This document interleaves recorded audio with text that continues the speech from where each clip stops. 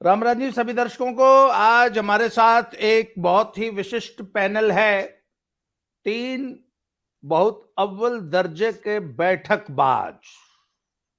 बैठकबाज वो होता है बनारसी भाषा में जो कि सारा दिन बैठकी करके देश दुनिया की चिंता करता है और जो है एनालिसिस करता है, पढ़ता लिखता है। इसके इसके पास, इस प्रकार के व्यक्ति के पास देश की चिंता करने के अलावा और कोनो काम नहीं होता है। वो राष्ट्र को पूरी तरह समर्पित लोगों का आज एक चैनल है। भाई पुष्कर अवस्थी जी है। दादा राम राम। राम राम भैया, राम राम। अनिल सिंह जी को आप लोग मेरे चैनल पर कई बार देख चुके हैं। और अवनीश हाँ। भाई है प्रारब्ध वाले। दद्दा जी आपको बहुत बहुत नमस्कार और खरी खरी खोटी खोटी के सभी लोगों को अवनीश प्रारब्ध वाले का बहुत बहुत नमस्कार जी। तो आज मेरे दिमाग में एक बात आ रही है सर। हरियाणा में बड़ी तेज एक अफवाह फैली है कि हरियाणा के कुछ बड़े दिग्गज कांग्रेसी नेता जो है वो भाजपा ज्वाइन कर सकते हैं, जबकि हरियाणा में बहुत पहले से ये क्लियर चल रहा है, वहां का जो माहौल है, फिजा है कि 10 की 10 सीट लोकसभा भाजपा जीतेगी। इसके बावजूद भाजपा क्यों कांग्रेस के नेताओं को अपने में सम्मिलित करना चाहती है? ठीक है, 370 सीट बहुत ज्यादा है, मैं मानता हूं। 310-20 में दागी नहीं है, तो आखिर मोदी जी 370 लेना चाहते हैं।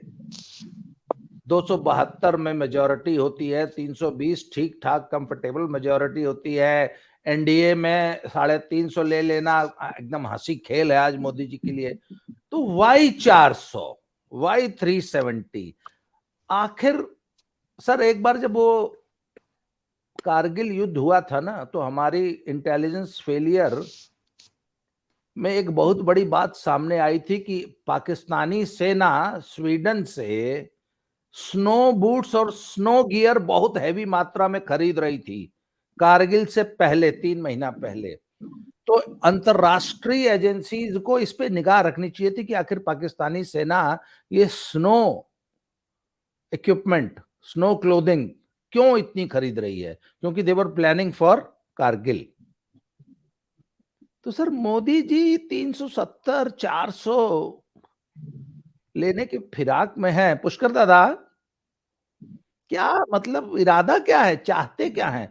अगले 5 ईयर टर्म में होने क्या वाला है देश में, जिसके लिए 370 चाहिए अपनी?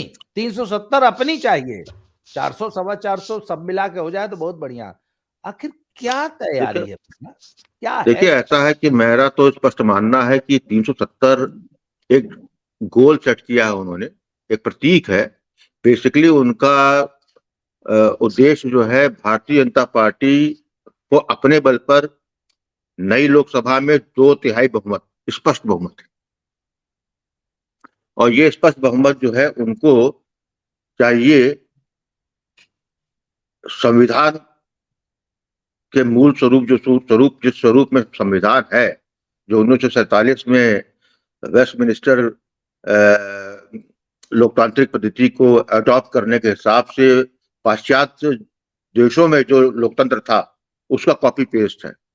मैं समझता हूं, जब क्योंकि मोदी जी जो है हमेशा दूरदृष्टि रखते हैं और हमेशा बहुत आगे के टाइम की बात करते हैं, तो मैं समझता हूं कि 21वीं शताब्दी को देखते हुए कुछ अमूल परिवर्तन उनको संविधान में करना ही करना है, जो ना सिर्फ भारत को सुदृढ़ करे बल्कि उस भारत का संविधान, नया संविधान, वो जो है सनातनी आवरण में लिपटा हुआ, मतलब उसके अंदर जो है सनातन का जो मूल तत्व है वो जो है जब उसके अंदर समाहित हो। ये तभी हो सकता है जब 2/3 हो। लेकिन यहाँ पर सवाल इस बात का आता है कि मोदी जी इतने बेवकूफ आदमी भी नहीं। 2/3 आपने ले भी लिया, कर लिया, उनको चाहिए वाइडर एक्सेप्टेंस। वो जो है ढूंढ ढूंढ के वो सभी उनको जो है अपने में समाहित करेंगे लोगों को।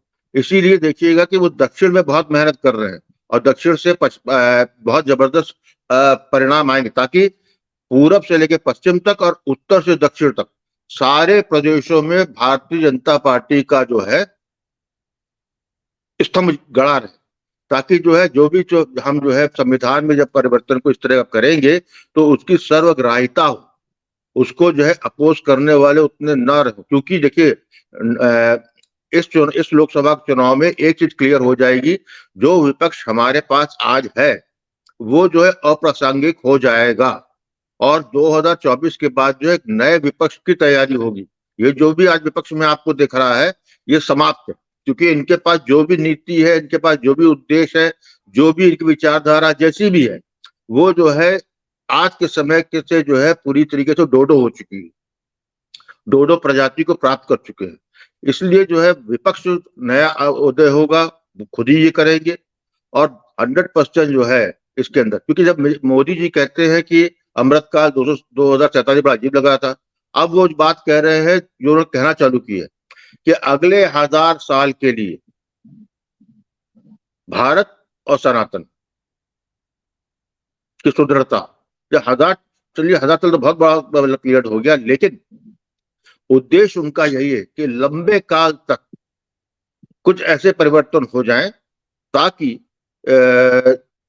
लोकतंत्र में की व्यवस्था में या लोकतांत्रिक पद्धति से चुनाव जो होते हैं हमारे जिस तरीके से, मुझे तो बहुत बड़ा शक तो नहीं है बल्कि विश्वास है कि हमारी इलेक्टोरल पॉलिटिक्स जो है, हमारे इलेक्टोरल सिस्टम जो है, उसमें भी मूलभूत परिवर्तन होगा ही होगा।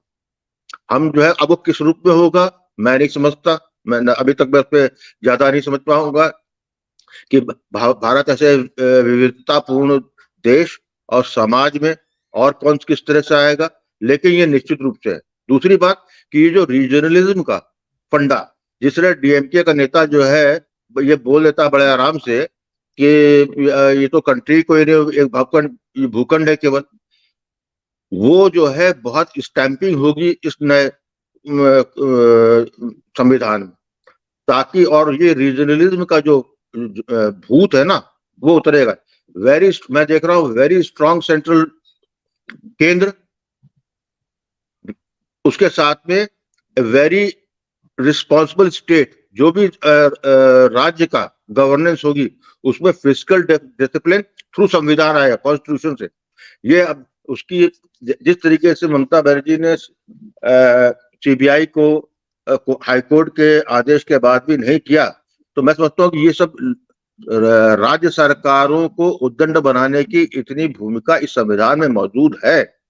और जब स्तर जो है राजनीति का गिरता है, समाज का गिरता है और देश कमजोर उससे पहलू गुजरता है, तो ऐसी अवस्था में राज्य के क्षत्रप उद्दंड हो सकते हैं। मेरे ख्याल में उस उद्दंडता का भी इलाज जो है इस नए संविधान में होगा, तो वो करना इसीलिए वो कांग्रेस का हो, दागी हो, जिसको वो व्यक्तिगत रूप से ना पसंद करते हो, उसके बाद भी वो अपनी छतरी के अंदर लेके आ रहे हैं, ताकि जो है 2024 के बाद जो है जो उनको मूलचूल परिवर्तन करने हैं उसमें जो है उनके पास ज्यादा से ज्यादा भारत की जनता का नेतृत्व करने वाले नेता उनके साथ हो, मेरा अपना मानना है।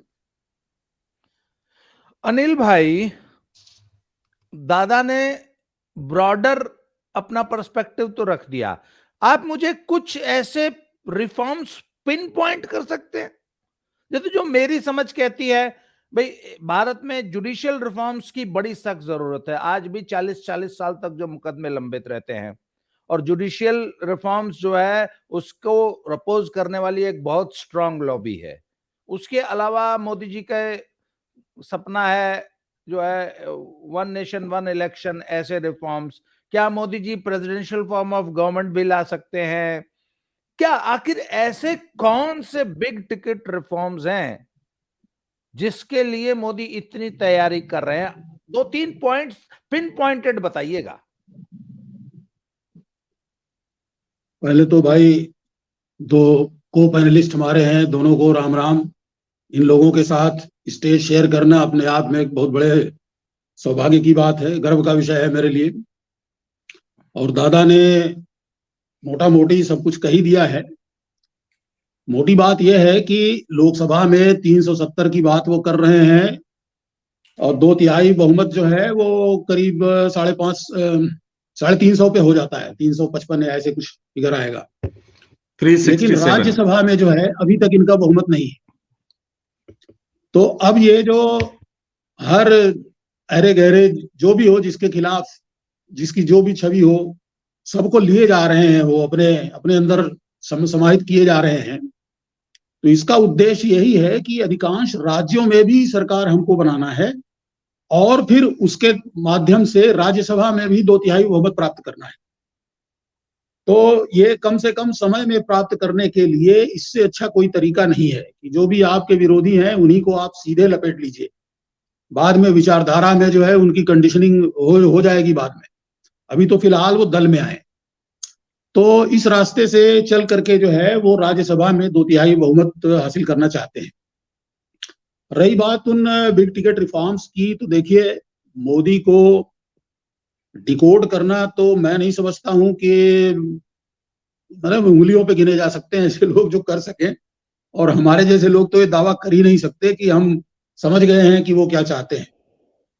लेकिन एक बात उन्होंने कही है जिसके ऊपर बहुत व्यापक चर्चा होनी चाहिए थी मगर नहीं हुई। उन्होंने ये कहा है कि हम आने वाले समय में जो चेंजेस करेंगे उनका प्रभाव 1000 आने वाले 1000 सालों तक हमारे जीवन पर पड़ेगा। अब लोगों को तो जो उनके विरोधी हैं, मतलब उनकी तो डर के मारे सिट्टी पिट्टी गुम हो जानी चाहिए कि आदमी 1000 साल आगे की सोच रहा है। अभी तक हमारी जो प्लानिंग थी वो ज्यादा से ज्यादा 5 साल की हुआ करती थी। 5 साल का हमारा प्लानिंग होराइजन हुआ करता था। ज्यादा से ज्यादा अगला चुनाव कैसे जीता जाए, मतलब उसके आगे लोगों की दृष्टि जाती ही नहीं थी। पर यह आदमी 1000 साल आगे की बात कर रहा है। तो क्या करना चाहता है इन सालों में? एक चीज आपने कही, जुडिशियल रिफॉर्म्स। जुडिशियल रिफॉर्म्स भी जो है कुछ तो उस लाइन पर चल पड़े हैं हम लोग ऑलरेडी। ये जो इन्होंने 3 नए कानून अभी प्रस्तुत किए हैं, जो अंग्रेजों के शैडो से निकल करके बिल्कुल अपना स्वतंत्र एक न्याय संहिता जो है लेकर के आए हैं, और इसी में ये चीज छिपी हुई है जो इनहेरेंट इन्होंने घोषणा भी की है। इसमें इनहेरेंट है कि न्याय जो है वो 1 साल के अंदर मिलेगा। किसी को भी न्याय मिलने में 1 साल से ज्यादा की देरी नहीं होगी। तो उसके लिए कुछ व्यवस्था हो गई है, कुछ होनी है। जुडिशियल हमारे यहाँ जुडिशियल सिस्टम का भी ये हाल है कि देखिए, एक बेंच में 3 जज बैठते हैं और एक का फैसला बाकी 2 जजों का बिल्कुल उसका ठीक उल्टा होता है। आप तो खेल जगत के आदमी हैं, मतलब कुश्ती या बॉक्सिंग या जिम्नास्टिक में 3 जज होते हैं, 3 रेफरी होते हैं, और उनके फैसले अगर आप देखें तो उनके इंडिविजुअल असेसमेंट्स में ज्यादा से ज्यादा आधा पॉइंट का अंतर होता है। ऐसा इसलिए होता है क्योंकि उनके लिए गाइडलाइंस बिल्कुल क्लियर है, इस चीज पर कितने पॉइंट देने हैं। कहीं थोड़ा बहुत हेरफेर हो जाता है देखने में तो आधा पॉइंट से ज्यादा का अंतर नहीं होता।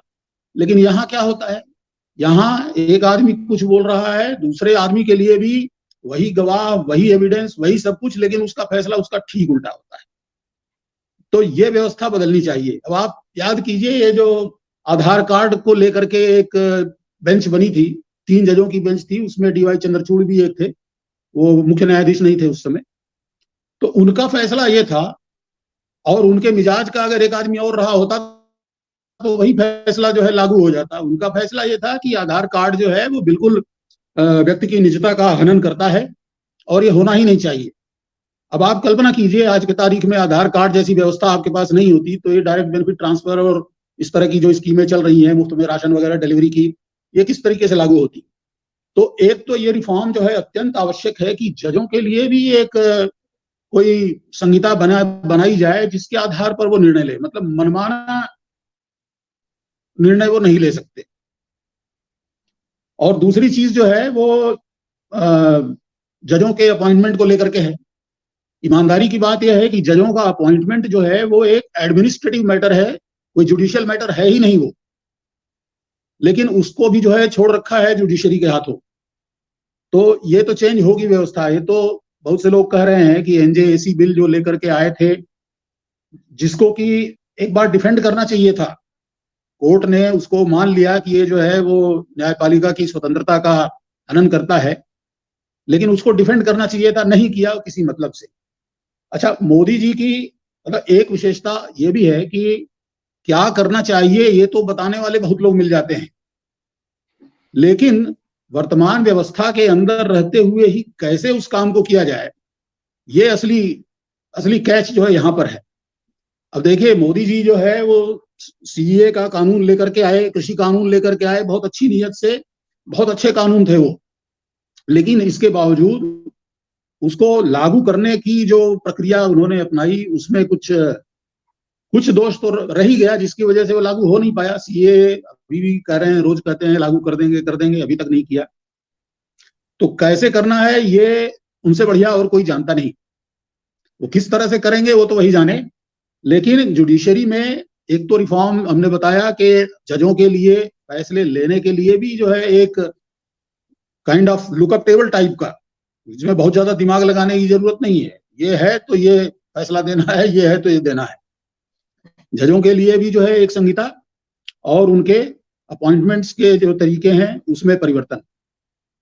दूसरा एक परिवर्तन जिसके बारे में बहुत से लोग चर्चा करते हैं कि कोई भी आपको लॉन्ग टर्म में भी परिवर्तन अगर करना है तो बिना शिक्षा व्यवस्था में परिवर्तन के वो नहीं हो सकता। जब तक लोगों की सोच नहीं बदलती, सोच अगर उनकी वही दकियानूसी बनी रहती है और आप कोई बहुत बड़ा क्रांतिकारी सुधार ले आते हैं तो उसका बड़े पैमाने पर विरोध होगा ही होगा। तो इसलिए शिक्षा व्यवस्था में परिवर्तन, इसके ऊपर हम थोड़ा डिटेल में बात करेंगे अगले राउंड में। और तीसरा एक चुनाव सुधार, वन नेशन वन इलेक्शन का आइडिया तो फ्लोट कर ही दिया है उन्होंने, और मेरी समझ से ये जो कमेटी इन्होंने बनाई थी आपके गोविंद साहब की अध्यक्षता में, उसकी रिपोर्ट जो है महीना 2 महीने में, हो सकता है चुनाव से पहले ही आ जाए, तो रिपोर्ट तो उसकी आ जाएगी। और मैं उम्मीद करता हूं, मेरी सोच तो यह है कि अगला चुनाव जो है लोकसभा का वो 2029 से पहले होगा, 27 या 28 में हो जाएगा। और ऐसा मैं इसलिए कह रहा हूं क्योंकि मोस्ट प्रोबेबली 27 में जो है उत्तर प्रदेश विधानसभा का चुनाव ड्यू होता है, उत्तर प्रदेश के साथ में पंजाब का भी होता है शायद उसी समय। तो उसको थोड़ा सा बढ़ा देंगे, 6 महीना 8 महीना, और लोकसभा का चुनाव, जो लोकसभा को जो है उसको थोड़ा सा घटा देंगे 1 साल, और 28 तक जो है वो लोकसभा के साथ सभी राज्यों का चुनाव हो जाएगा। और एक और बहुत बड़ा परिवर्तन मैं ये देखता हूं होते हुए, वो ये कि अभी देखिए एक इलेक्टोरल बॉन्ड का एक इशू आया, सुप्रीम कोर्ट ने उसके ऊपर जो जजमेंट दिया है, मेरे हिसाब से वो उनके द्वारा दिए गए सर्वाधिक मूर्खतापूर्ण निर्णयों में से एक है, इसमें बहस हो सकती है। मोदी जी जो है वो क्या करेंगे, हमारे समझ से ये झगड़ा ही खत्म कर देंगे। अगला जो चुनाव होगा लोकसभा का, और इसके बारे में एक पत्रकार हैं Rajagopalan ji, Delhi R Rajagopalan, P Gurus channel पे आते हैं, उन्होंने बताया था कि सरकार जो है मतलब काफी आगे बढ़ चुकी है इस सुझाव के ऊपर कि अगला चुनाव जो है वो मोबाइल से करवाया जाए। ये क्यों नहीं हो सकता है? ये आप मोबाइल से जो है इलेक्शन कमीशन की वेबसाइट पे जाइए, अपने आधार कार्ड और आधार नंबर और थंब प्रिंट से जो है लॉगिन करिए, ऑथेंटिकेट करिए, अपनी उपस्थिति दर्ज कीजिए, आपके सामने आ जाए आपका पूरा जो बैलेट पेपर है, जो कैंडिडेट है, निशान वगैरह, मनमाने कैंडिडेट पे जो है क्लिक करिए, लॉग आउट कर जाइए। इसमें कोई दिक्कत ही नहीं है होने में। जो टेक्निकल तो खैर कोई प्रॉब्लम नहीं है, आज के तारीख में हम इतने तकनीकी रूप से सक्षम है, हमारा इंटरनेट नेटवर्क जो है वो इतना सुदृढ़ है कि आज के तारीख में ये बिल्कुल हो सकता है। और अगर ऐसा होने लगे तो कोई किसी कारपोरेट हाउस से चंदा वंदा लेने की कोई जरूरत ही नहीं। सारा चुनाव प्रचार भी जो है वो नेट पर ही होगा। आपको जो भी प्रचार करना है वो सोशल मीडिया के थ्रू, फेसबुक, ट्विटर, अपना इलेक्शन कमीशन के वेबसाइट पे आप डालिए, वहीं पे जितना भाषण देना है दीजिए, कोई जरूरत नहीं है लंबी चौड़ी रैली और रोड शो करने की, सब कुछ वहीं पर होगा। और मोबाइल से वोट डालिए, एक दिन में खत्म सारा काम। तो ये 3 मोटे मोटे सुधार मेरे दिमाग में आते हैं। आगे जैसी चर्चा होगी देखा जाएगा। नहीं, देखिए ये जो मोबाइल से वोट देने वाली व्यवस्था जो है, उसमें एक ठीक है, विचार कोई भी बुरा नहीं होता, और मुझे ऐसा लगता है कि उसमें वो वही व्यक्ति वोट डाल रहा है, उसके मोबाइल से कोई और नहीं डाल रहा है, या गांव के किसी ठेकेदार ने 100-200 वोट इस तरीके से नहीं इकट्ठे कर लिए कि लाइए आपके मोबाइल से वोट मैं डालूंगा। ये एक व्यवस्था बनानी पड़ेगी, है ना, जो कि आज तो इलेक्शन कमीशन और जो सुरक्षा व्यवस्था होती है वो एसरटेन कर लेती है कि आप पूरी सुरक्षा के अंदर आके वोट डालते हैं। तो अगर कोई अपने घर पे वोट डाल रहा है तो उस गांव में किसी दबंग ने या किसी छोट भैया नेता ने 100-200 लोगों को इस बात के लिए तैयार कर लिया कि वोट तुम्हारा मैं डालूंगा, तुम्हारे ही फोन से डालूंगा। खैर चलिए, इस पे बहस होगी। अवनीश भाई, मुझे ये जी बताइए कि 4 लोग मिलके एक झंडा लेके सड़क पे बैठ जाते हैं और देश की पूरी व्यवस्था को, देश की प्रगति को, देश के पूरे पहिए को जाम कर देते हैं, कोई एक डिमांड लेकर, और कोई भी कहीं भी बैठ सकता है। पंजाब में तो मैं पिछले 5 साल से यही देख रहा हूं कि मात्र 4 लोग मिलके पूरे देश की रेलवे को खड़ा कर देते हैं, और लोकतंत्र के नाम पे ये चलता है। मोदी जी बहुत इज्जत करते हैं कि तो क्या हुआ अगर शाहीन बाग 1 साल चलता रहा, तो क्या हुआ कि अगर दिल्ली को पूरी चौक कर दिया किसानों ने। सर, इसमें भी रिफॉर्म की जरूरत है क्या? एब्सोल्यूट मेजॉरिटी जब आ जाएगी, क्या मोदी जी इस पे भी कुछ करना चाहिए मोदी जी को? पहले तो मुझे ये बताइए, और ऐसे कौन से मुद्दे हैं? और हर 2 साल पे तो हमारे यहाँ चुनाव होता है, हर 2 साल पे, हर 6 महीने पे चुनाव होता है किसी न किसी विधानसभा का, हर साल 2-4 राज्य जाते हैं। तो सर वो आचार संहिता लगना 3 महीना, और एक पॉलिसी पैरालिसिस, आप कोई निर्णय नहीं ले सकते, चुनाव के दौरान आप सिर्फ चुनावी लुभावने निर्णय लेते हैं। सर ये absolute majority Modi ji 370 seat ले भी आए, क्या आपको लगता है कि इन विषयों पे काम करने की जरूरत है मोदी जी को? या जैसे अनिल भाई ने और दादा ने जो बताए मुद्दे, आपके अलावा आपके दिमाग में कोई और भी रिफॉर्म आ रहा है? ठीक बात। धन्यवाद। दोनों पैनलिस्टों को मैंने सुना, पुष्कर जी को सुना, अनिल सर को सुना, और आपके प्रस्तावना को भी सुना। देखिए, मोदी जी ने 370 अकेले बीजेपी को मांगा है, 400 प्लस वो एनडीए के लिए टारगेट रख रहे हैं। बहुत सारी बात हो गई, और सब रिफॉर्म्स के जितने भी संकल्पनाएं हो सकती थी, जितने भी प्रोस्पेक्ट हो सकते थे, वो सब डिस्कस हो गए। मैं जरा रिफॉर्म की तरफ से उस सारी बातों से सहमत होते हुए मैं जरा और दूसरे मायने निकालना चाहता हूं कि 370 या 400 मोदी जी को क्यों चाहिए। Bharatiya Janata party urban party है, भारतीय जनता पार्टी बनियों की पार्टी है, भारतीय जनता पार्टी सवर्णों की पार्टी है, Bharatiya Janata party north India की पार्टी है।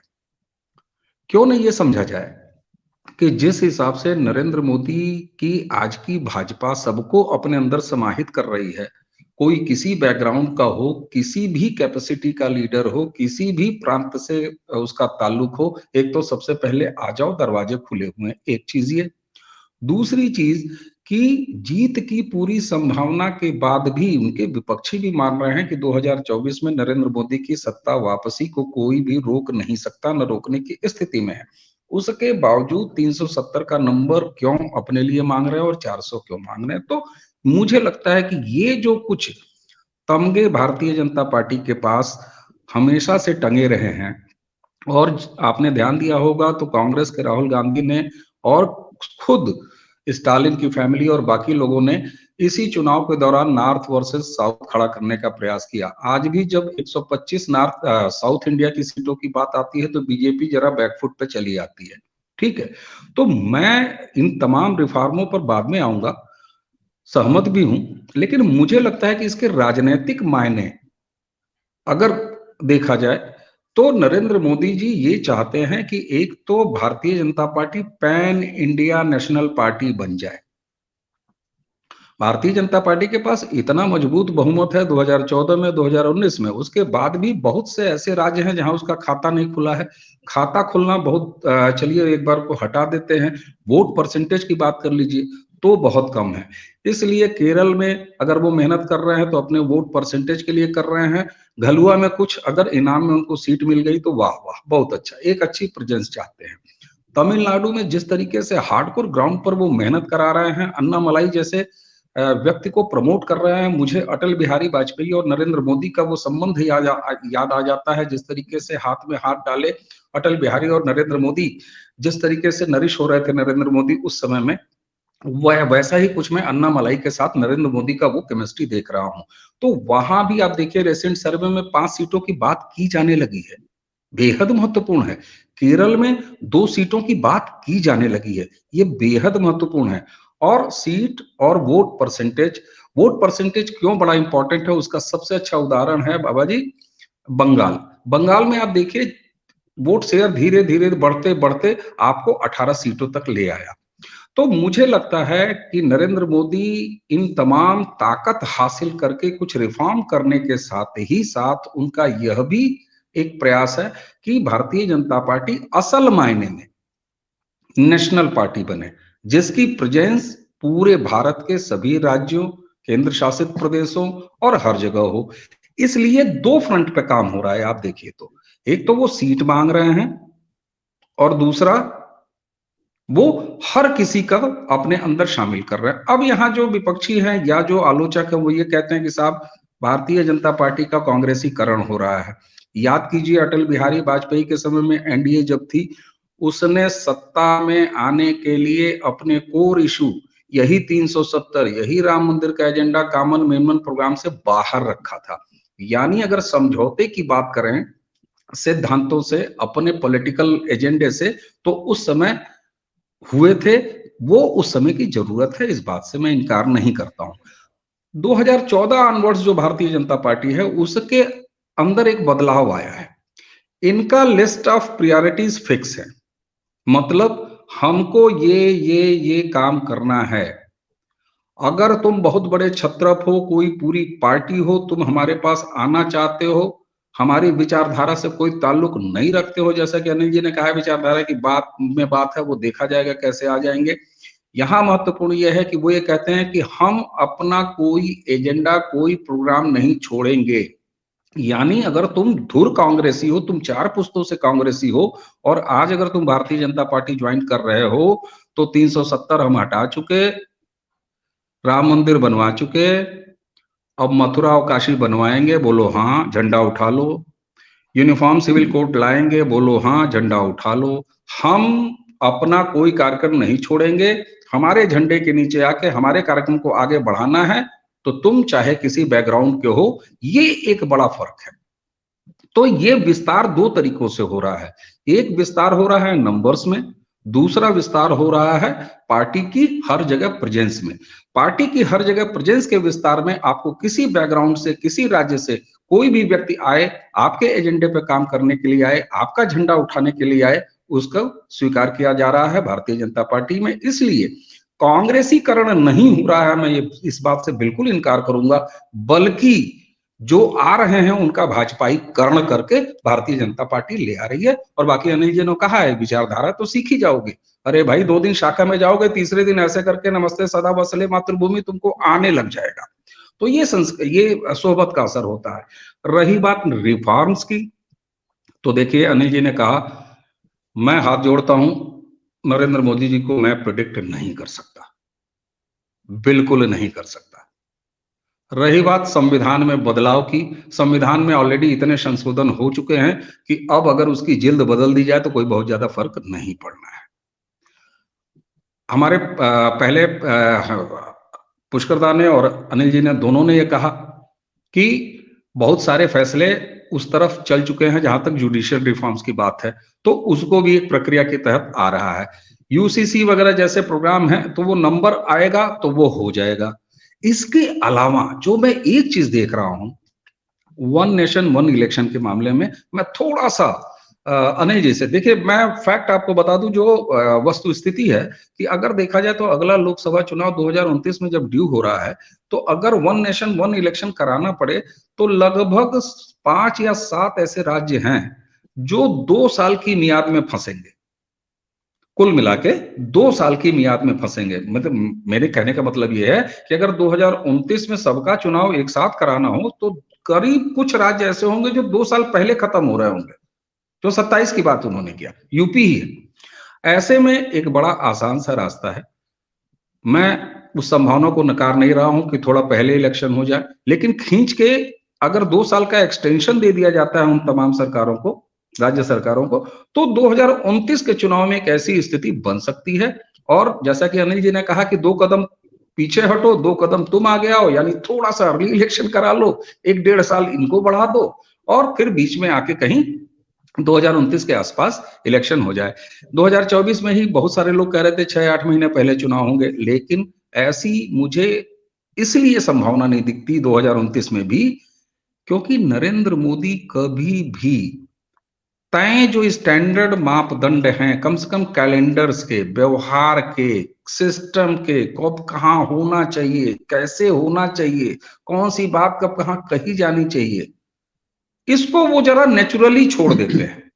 यानी वो बहुत ज्यादा कुछ इस तरह की चीज नहीं करते, अब तक जितना मैं देख पाया हूं। इसलिए मुझे लगता है कि संख्या वो मांग रहे हैं, रिफॉर्म्स भी करेंगे, बहुत सारे रिफॉर्म्स करेंगे। संविधान रिफॉर्म्स के अलावा बहुत लंबी लिस्ट है इस देश में बदलने के लिए। एजुकेशन पॉलिसी की बात की, ऑलरेडी इंट्रोड्यूस कर दिया है, अब उसका फास्टर इंप्लीमेंटेशन उनके पास है, क्योंकि वो एक लंबी लॉन्ग टर्म योजना है। उसी के साथ साथ जो बेहद महत्वपूर्ण मैं देख रहा हूं पॉलिटिकल, इसका जो 370 और 400 का, कि पूरे देश की पार्टी भारतीय जनता पार्टी बने, सिर्फ नारों में नहीं, हर जगह उसकी मौजूदगी हो।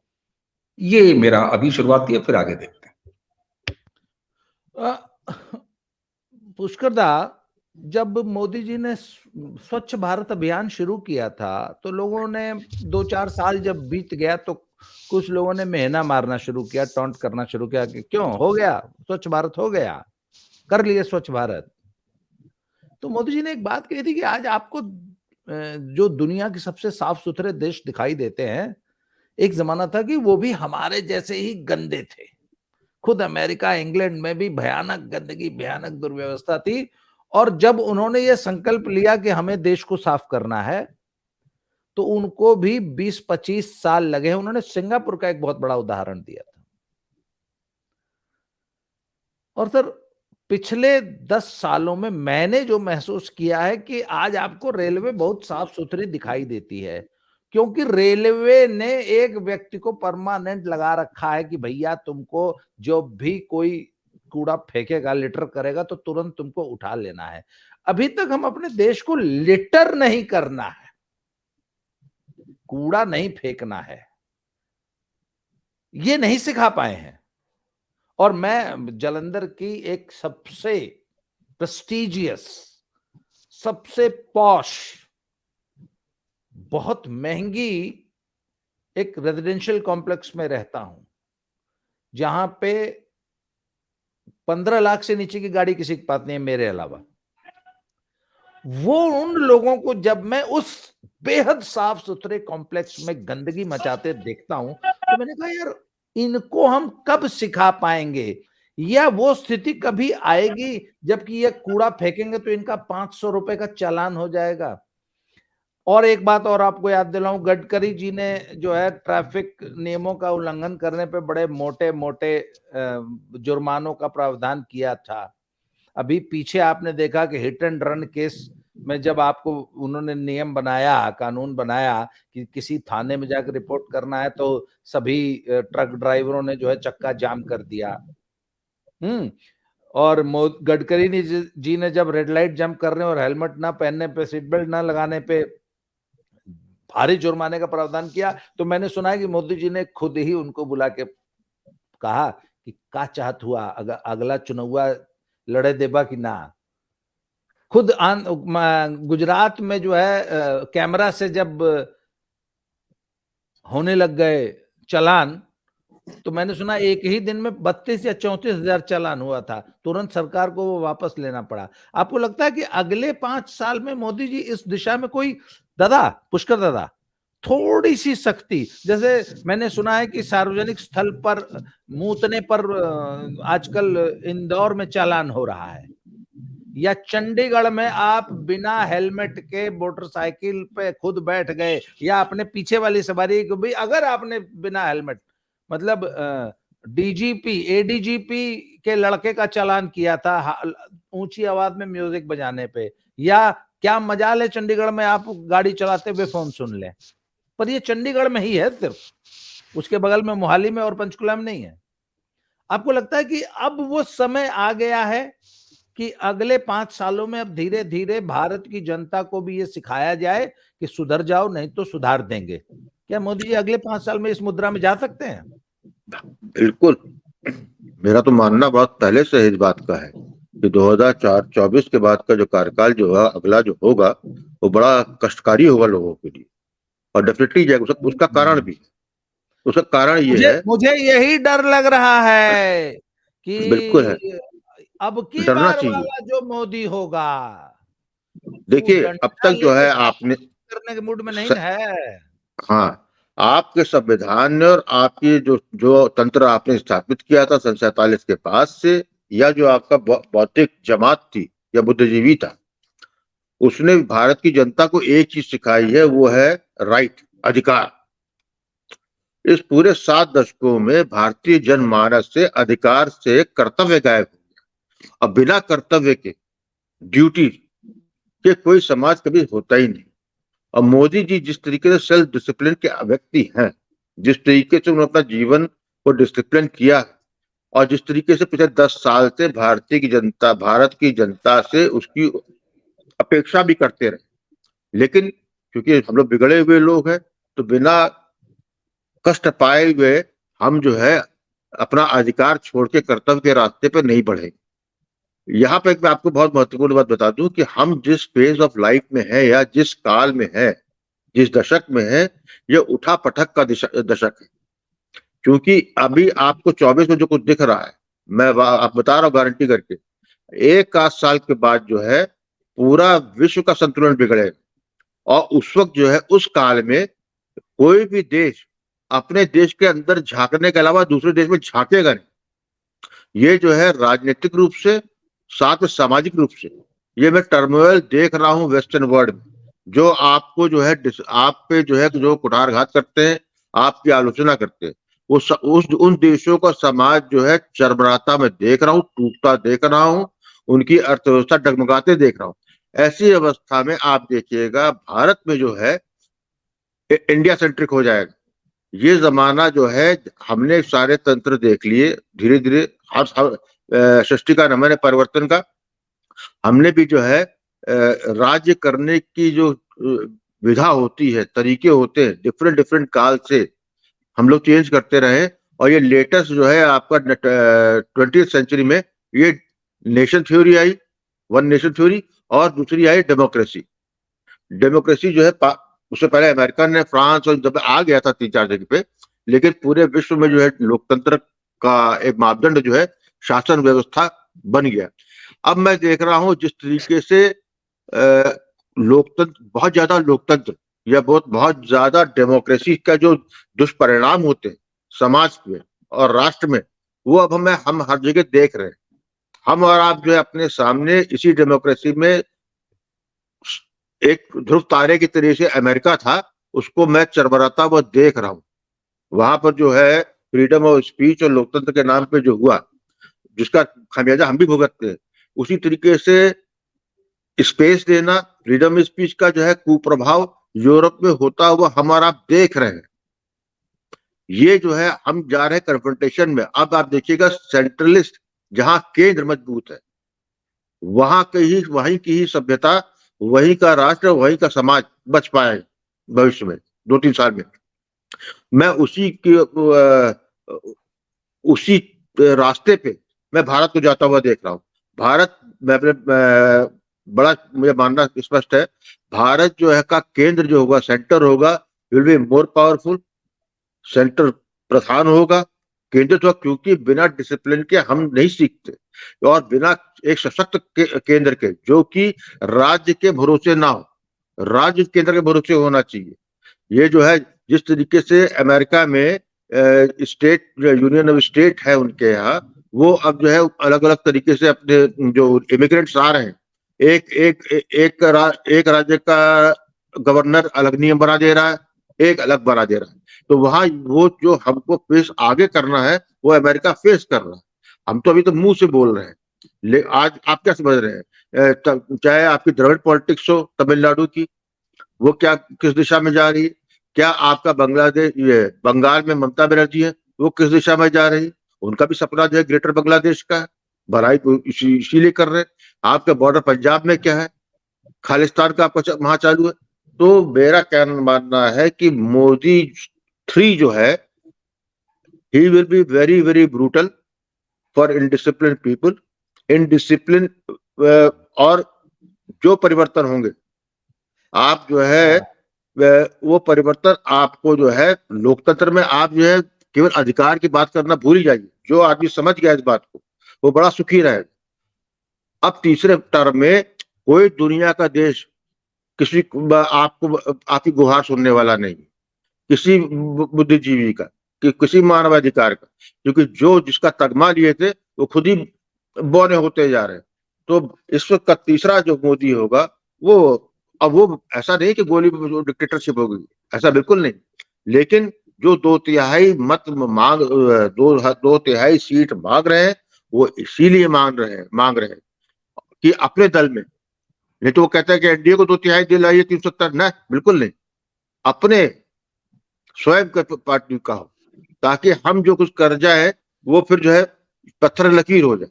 इसीलिए हर चोर बदमाश और जिसके पूर्व में कालिक पुती हो, लेकिन वो जो है 100 लोगों को भी प्रभावित कर सक्षम है, 10,000 20,000 वोटर उसका जेब में है, तो उसको भी भाजपा में इसीलिए ले रहे हैं, ताकि जब परिवर्तन होंगे तो उसकी सर्वग्राह्यता हो। और मुझे विश्वास है, क्योंकि उन्होंने एक बड़ा वर्ग बना लिया अपना लाभार्थियों का, जिसकी शक्ति का जो है हम लोग चुनाव में तो अंदाजा लगा लेते हैं, लेकिन जिस स्टेटस पे उस लाभार्थी ने मोदी जी को पहुंचा दिया, वहां पर जो है वो मोदी जी के हर आदेश को, मोदी जी के हर निर्णय को बिना कारण जाने अपने सर माथे पे लिए हुए, तो इसलिए ऑलरेडी एक वर्ग उनका पक्का है। और दूसरा ये कि ये चीज आपको जब रिजल्ट परिणाम से होता है ना, आज 10 साल बाद हम रिपीट मोदी को करने वाले हैं, तो परिणाम आए हैं 10 सालों में, तब आए हैं ना। तो आप ये मान के चलिए कि तीसरा पार्ट जो है, it will be a very disciplinarian, एक सशक्त, एक कड़ा अध्यापक या प्रिंसिपल के रूप में आएगा, उसमें जो है सब बराबर से तौले जाएंगे। अनिल भाई, ये मेरा अपना मानना है। अनिल भाई, हमारे जितने देवी देवता हैं, आराध्य देव हैं, सब शस्त्रधारी हैं। तो अभी पिछली दुर्गा पूजा में जो बंगालियों ने जो है पंडाल में, मैंने सुना ऐसी देवी की मूर्ति बनाई थी जिसके हाथ से शस्त्र गायब थे। तो आपको लगता है कि शासक को भी शस्त्रधारी होना चाहिए? अगर ज्यादा न रखे तो डंडा जरूर हाथ में रखे। 140 करोड़ लोगों का देश और एक बात बताइए अनिल भाई, मुझे एक बात बताइए कि जो हायर लेवल पे करप्शन था, उस पे तो काफी हद तक मोदी सरकार ने अपनी सरकार में तो लगाम लगाई है, और नीचे के लेवल पे भी करप्शन को थोड़ा सा रिस्की और डिफिकल्ट बना दिया है। परंतु मैंने एक चीज देखी, जो सरकार जितनी ज्यादा ईमानदारी से, सख्ती से करप्शन को दूर करने की कोशिश करती है, उस सरकार के रिजिम में करप्शन का रेट बढ़ जाता है, महंगा हो जाता है। फॉर एग्जाम्पल, जी अवनीश भाई कुछ कह रहे हैं। आपने जो कहा ना कि जहां शक्ति ज्यादा होती है वहां करप्शन का रेट बढ़ जाता है, सर बेसिक और प्राइमरी नियम है अर्थशास्त्र का, डिमांड और सप्लाई वाला। तो जहां पर करप्शन की सेवा वो थोड़ी सप्लाई में कमी हो जाती है तो डिमांड ज्यादा बढ़ जाती है और फिर 10,000 रुपए वाला जो करप्शन है वो मतलब 1 लाख तक पहुंच जाता है। ये बात बिल्कुल सही है। तो ये बेसिक अर्थशास्त्र का नियम है। क्यों अनिल सर?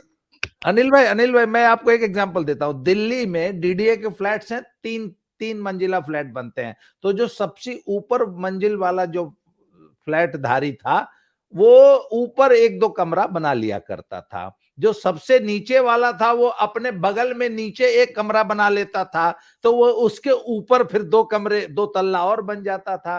तो सर ऊपर कमरा बनाने का रेट जो है आज से करीब 5-6 साल पहले 50,000 रुपया था कि अगर आप 50,000 रुपया एमसीडी, डीडीए और दिल्ली पुलिस इत्यादि विभागों की सेवा कर देंगे तो ऊपर आप कमरा बना लीजिए। तो मेरी एक रिश्तेदार ने बनाना शुरू किया और बीच में काम रुक गया। क्यों? क्योंकि भाई अब केजरीवाल जी आ गए हैं और इस सृष्टि के स्वघोषित सर्वाधिक ईमानदार व्यक्ति की सरकार है, इसलिए 50,000 रुपए में अब ऊपर कमरा नहीं बन पाएगा। तो 1 साल रुका रहा। अल्टीमेटली सर 2 लाख रुपया देने पर वो कमरा बना। तो सर एक तो भ्रष्टाचार मतलब जनता जनित है। जनता चाहती है कि ऐसी एक भ्रष्ट व्यवस्था बने, कुछ ऐसा पैसा, कुछ रुपया लेके ऊपर एक तो कमरा बनाने दिया जाए, और लेने वाले तो तैयार बैठे ही हैं। आखिर एक बात बताइए ना, हल्द्वानी में 400 घर बन गया रेलवे की जमीन पे, कैसे बन गया? कोई एक भ्रष्ट व्यवस्था ने बनने दिया ना।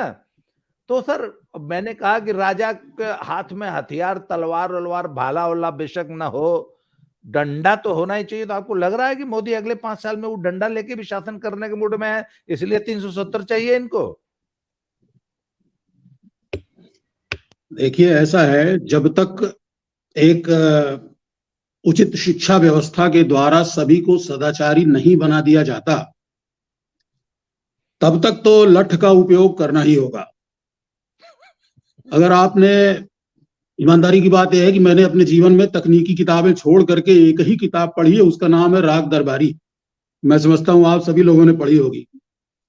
तो उसमें एक वाक्य लेखक ने कहलवाया है वकील के बाप के मुंह से कि जब तक बदमाश की खोपड़ी पर एक भी बाल रहे तब तक जूता तो चलते रहना चाहिए। समझ रहे हैं? तो जब तक सारे लोग समझ नहीं जाते हैं चीजों को, तब तक आपको लठ का उपयोग तो करना ही पड़ेगा। कानून होना चाहिए और कानून का पालन करा सकती है सरकार, ये उसको दिखाने की भी शक्ति होनी चाहिए। उसको लोगों को लगना चाहिए कि अगर कुछ करेंगे तो भाई बहुत जूते पड़ेंगे। तो लठ तो चाहिए ही चाहिए, बिना लठ के जो है कोई काम होता नहीं है। मेरी चिंता एक और चीज को लेकर के है, ये वही राग दरबारी से ही मैं कंटिन्यू करता हूं। राग दरबारी में चुनाव जीतने की 3 तरकीबें बताई गई हैं। पहली तरकीब है महिपालपुर वाली, दूसरी तरकीब है रामनगर वाली, तीसरी तरकीब है नेवादा वाली। तो रामनगर वाली जो तरकीब है, ये शुद्ध लठ के ऊपर आधारित है। जिसका लठ मजबूत होता है वो चुनाव जीत जाता है। यहाँ मैं पहले आपसे कह दूं कि मतलब आदर्श स्थिति तो ये है कि भाई सभी लोग सदाचारी हों, एकदम कायदे से जो है सभी लोग अपना ईमानदारी का पालन करते हुए वही घोषणाएं करें जो वो कर सकते हैं। कोई चुनाव वोट लेने के लिए रिश्वत न दी जाए, और मतदाता भी जो है बिल्कुल अपनी मर्जी से बिना किसी एक्सटर्नल इन्फ्लुएंस के जाए, ईमानदारी से वोट दे, बहुत अच्छी बात है। लेकिन जब तक ऐसा नहीं होता तब तक तो ये 3 व्यवस्थाएं हैं, तीनों में से एक चलेगी। तो पहली जो व्यवस्था है रामनगर वाली, वो शुद्ध लठ के ऊपर आधारित। दूसरी व्यवस्था नेवादा वाली, उसमें थोड़ा सा इससे आगे बढ़े हैं और वो एजेंडा हाईजैक करने की बात करते हैं कि एजेंडा ही हाईजैक कर लो, तो जिसका एजेंडा चलेगा वही चुनाव जीतेगा। और तीसरी व्यवस्था जो है महिपालपुर वाली, वो तकनीक के ऊपर आधारित है। जो उच्च तकनीक का इस्तेमाल करेगा, जो बेहतर तकनीक का इस्तेमाल करेगा, वो जीतेगा। तो ये आज से करीब 60 साल हो गए राग दरबारी को, जो है 60 साल हो गए। 60 साल पहले उन्होंने ये लिखा था। अगर आपने नहीं पढ़ा है अभी तक तो उसको अवश्य पढ़ डालिए, क्योंकि उसमें बहुत सी बातें अब आपको नहीं समझ में आएंगी जो आपको लगेगा कि इररिलेवेंट है। तो अब हो क्या रहा है कि पहले तो पूरी तरह से लठ के ऊपर आधारित था हमारा सिस्टम, वोटिंग जो इलेक्ट्रॉनिक सिस्टम था, हर जगह लठ ही जीतता था। लेकिन बाद में चुनाव आयोग ने अपने कुछ तौर तरीकों में बदलाव किए, बैलेट पेपर की जगह ईवीएम्स ले आए, ईवीएम को हाईजैक करना जरा मुश्किल हो गया है, तो उसकी वजह से लठ का महत्व जो है धीरे धीरे हर जगह से तो हट गया, कम हो गया। लेकिन बंगाल में जो है अभी भी लठ ही चलता है। बंगाल में मैं 20 साल रहा हूं, 20 साल नहीं 10 साल रहा हूं बंगाल में। वहां मैंने देखा है कि वहां पर रिगिंग जो है वो चालू हो जाती है वोटर लिस्ट बनने से। अगर उनको पता है कि ये आदमी हमको वोट नहीं देगा तो पूरी कोशिश होगी कि उसका नाम ही वोटर लिस्ट से काट दिया जाए। अगर किसी तरीके से डालना ही पड़ा तो फिर ये कोशिश होगी कि वो आदमी घर से ही ना निकले वोट डालने के लिए। अगर घर से निकल गया तो फिर उसको ये दिखाई देगा कि अभी तो लाइन 1 किलोमीटर लंबी है, थोड़ी देर आदमी ऐसे ही फालतू लगे हुए लाइन में, और इसके बाद भी अगर वोट डालने पर आमादा है तो वहां 2-4 बम फेंक देंगे ऐसे भाग जाए, और उसके बाद अपना वोट डाल देंगे। तो ये लठ तंत्र जो है ये समाप्त होना चाहिए, और लठ तंत्र जो है वो लठ से ही समाप्त हो सकता है। तो लठ तो बहुत जरूरी है सरकार के हाथ में। अगर मैंने आपके सवाल का जवाब दे दिया है तो मैं यहीं रुकता हूं, नहीं तो आगे बात करूं। अवनीश भाई, तो अनिल सिंह जी और दादा तो ये कह रहे हैं कि जैसे मोदी जी कहा था एक हाथ में कुरान एक हाथ में कंप्यूटर होना चाहिए, तो मुझे तो लग रहा है मोदी जी एक हाथ में लठ और एक हाथ में जूता लेके अगला 5 साल चलाने वाले हैं क्या देश? जी एक मिनट, अनिल सिंह जी बोल लें, कुछ कहना चाहते थे। मैं एक 2 मिनट और लूंगा।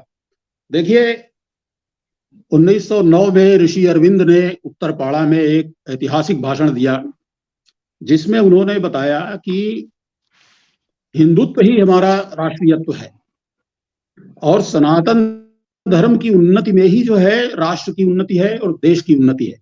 ये राष्ट्र और देश, ये दो शब्द जो हैं वो गलती से हम इंटरचेंजेबली यूज करते हैं, ये दोनों हैं अलग अलग। हो क्या रहा है कि हमारा जो देश है जिसको हम कहते हैं स्टेट, पॉलिटिकल साइंस के जो स्टूडेंट हैं वो स्टेट का मतलब समझते हैं। स्टेट का मतलब ये राज्य नहीं है, हमारा पूरा ये इंडिया नेशन स्टेट है। तो हमारा जो स्टेट है वही हमारे राष्ट्र के विपरीत खड़ा है। कोई राष्ट्रहित की बात होती है तो हमारी इंडियन स्टेट ही जो है उसके खिलाफ आगे खड़ी हो जाती है। अब उदाहरण के लिए जैसे उन्होंने कहा कि सनातन धर्म की उन्नति में राष्ट्र की उन्नति है, और आप सनातन धर्म की उन्नति के लिए राम मंदिर मांग रहे थे। राम मंदिर से एज सच कोई डायरेक्टली उन्नति नहीं हो जाती, मगर वो एक बहुत बड़ा प्रतीक है, और फिर उसके आगे बहुत से रास्ते खुलते हैं उन्नति के। तो आप राष्ट्र की उन्नति के लिए जो है राम मंदिर बनाना चाहते थे, मगर आपके राज्य की व्यवस्था जो है वो आपके खिलाफ खड़ी थी। तो और वो खिलाफ इसलिए खड़ी है क्योंकि हमारा संविधान इसी टाइप का है। आप कुछ करना चाहते हैं तो कोई ना कोई जाकर के जो है एक रिट ठोक देता है सुप्रीम कोर्ट में, और आपका अच्छा भला चलता हुआ काम जो है रुक जाता है। तो इसलिए संविधान जो है उसमें आमूल चूल परिवर्तन सबसे जरूरी है।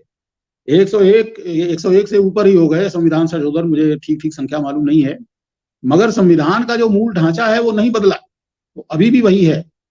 अब उसके मूल ढांचे में ही परिवर्तन करना है। अब वो 500-1000 पेज की किताब न हो करके उसको 10-15 पेज की किताब बनाना पड़ेगा, और वो इस भाषा में लिखना पड़ेगा जिससे सबको समझ में आए। और ये क्रांतिकारी काम करने के लिए लोकसभा राज्यसभा सब में जो है 2/3 बहुमत चाहिए, सभी राज्यों में सरकारें चाहिए अपनी, क्योंकि वर्तमान व्यवस्था के अंतर्गत जो है इतना बड़ा बदलाव करने के लिए व्यवस्था के अंदर से ही रह करके करना है। फिलहाल यही सिस्टम है। जब एक बार वो व्यवस्था लागू हो जाएगी उसके बाद फिर तब तक तो बाकी चीजें भी होती रहेंगी।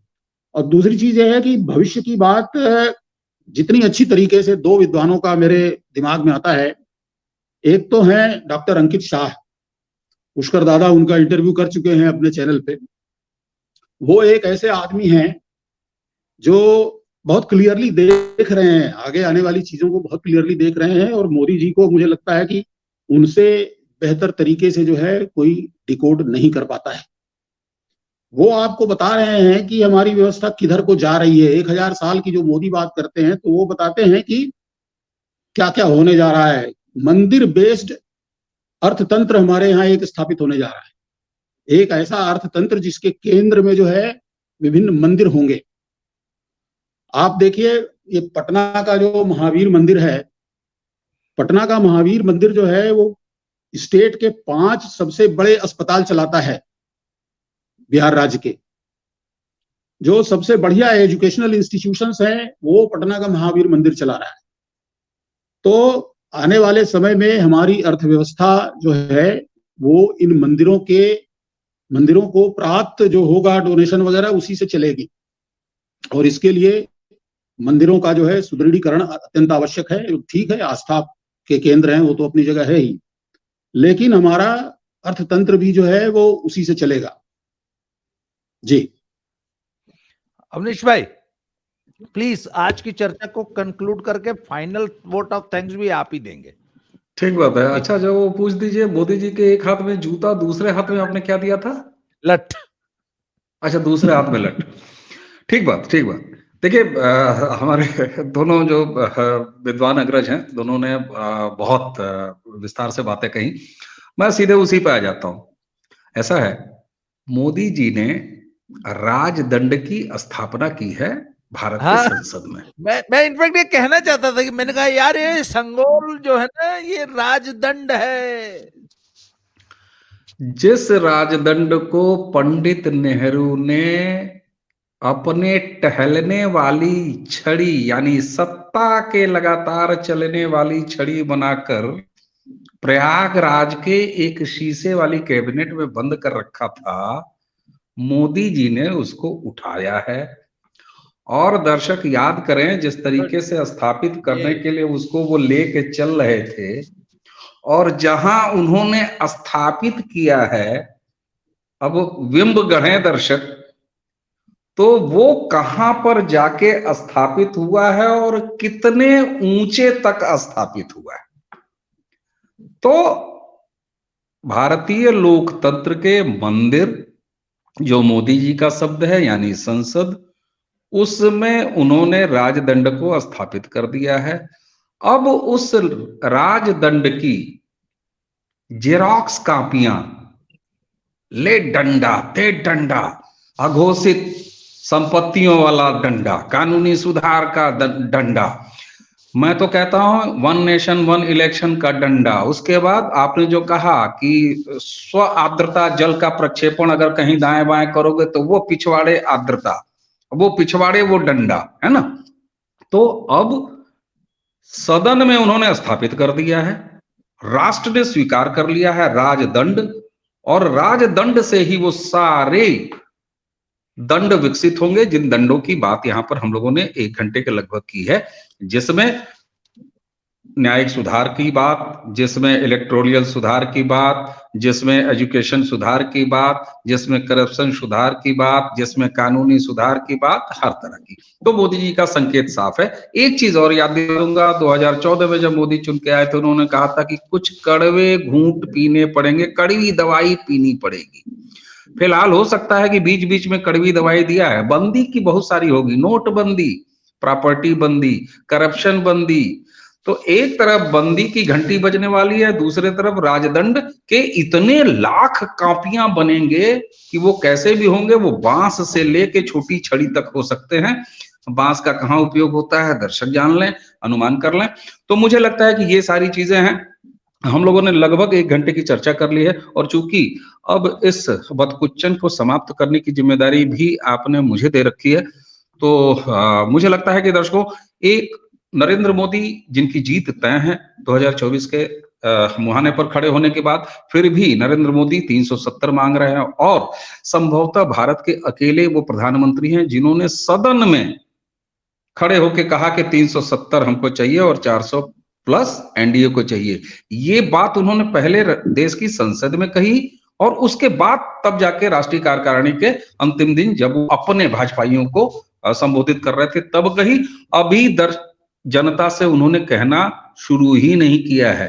जब जनता से कहेंगे तो अब क्या जनता से कहना, धन्य हो, प्रणाम हो लालू प्रसाद यादव को, जिन्होंने एक परिवार खड़ा कर दिया है जो कि नरेंद्र मोदी का 140 करोड़ का परिवार है। और अब 140 करोड़ कापियां बनेंगी उस राजदंड की।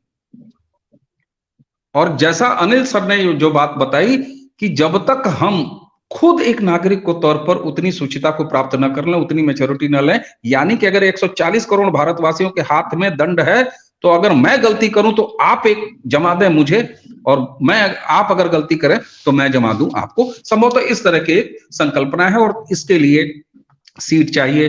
लोकतंत्र का जो मॉडल अभी हमने अपनाया है उसमें हेड काउंट मैटर्स। दर्शकों, हमें उम्मीद है कि आज की ये चर्चा आपको एक नई दृष्टि से सोचने के लिए, चुनाव कहां कितनी सीटें जीत रहे हैं, कैसे जीत रहे हैं, ये सब बहुत जगह आप सुनते हैं, और दर्शक इतने सुधी हैं कि वो खुद लिख रहे हैं कि कितनी सीटें कौन दे रहा है, इसलिए कि उन्हीं को वोट देना है। तो जनता डिसाइड करेगी कितना सीटें आ रही हैं। सीटों के बारे में अनुमान नहीं, हाँ 2024 के बाद का भारत कैसा होगा ये देखने का एक प्रयास हुआ। बाबा जी आपका बहुत बहुत धन्यवाद, पुष्कर जी आपका भी बहुत बहुत धन्यवाद, अनिल जी आपका भी बहुत बहुत धन्यवाद। और दर्शकों, इसी के साथ आज की इस बतकही को समाप्त करने का आपसे आज्ञा चाहेंगे। आप सभी को नमस्कार, जय श्री राम। अवनीश भाई, जय श्री राम। मैं पिछले 2 सालों में 2.5 सालों में अपने YouTube चैनल पे शायद 1000 वीडियो बना चुका हूं, and I am proud to say कि आज की हमारी चर्चा आज तक मेरे चैनल पे प्रस्तुत की गई सबसे बेहतरीन चर्चा है। आप तीनों को बहुत बहुत धन्यवाद। राम। Thank you. जय श्री राम। जय जय श्री राम।